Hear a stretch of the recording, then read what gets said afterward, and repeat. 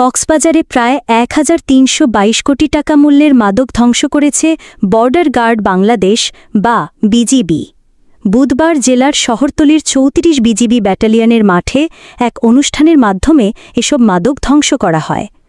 BGB জানিয়েছে, এসব মাদক চোরাকারবারিবিহীন অবস্থায় বিভিন্ন সময় উদ্ধার করা হয়েছিল।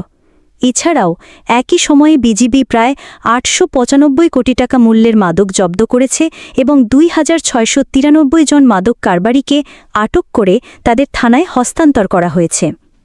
আনুষ্ঠানিকভাবে ধ্বংস করা মাদকের বর্তমান বাজার মূল্য ১,৩৩১,৯০,৫৯,১১৬ টাকা।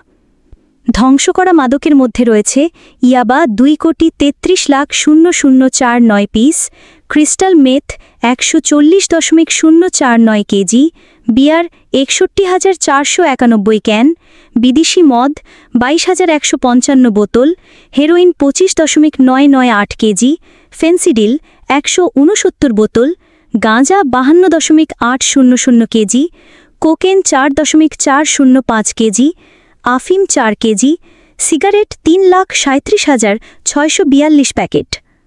বিজিবির কক্সবাজার রিজিয়নের অধিনায়ক ব্রিগেডিয়ার জেনারেল মোহাম্মদ আকসার খান জানান, কক্সবাজার ও বান্দরবন সেক্টরের ব্যাটালিয়নগুলো বিভিন্ন সময়ে এসব মাদক উদ্ধার করেছিল। তিনি বলেন, মাদক একটি নীরব ঘাতক যা দেশের আর্থসামাজিক কাঠামোকে হুমকির মুখে ফেলছে।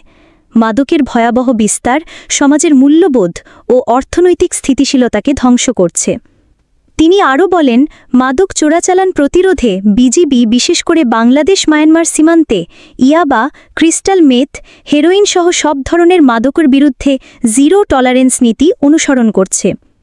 মাদকমুক্ত দেশ করার লক্ষ্যে বিজিবি সর্বোচ্চ আভিযানিক কার্যক্রম পরিচালনা করতে বদ্ধপরিকর।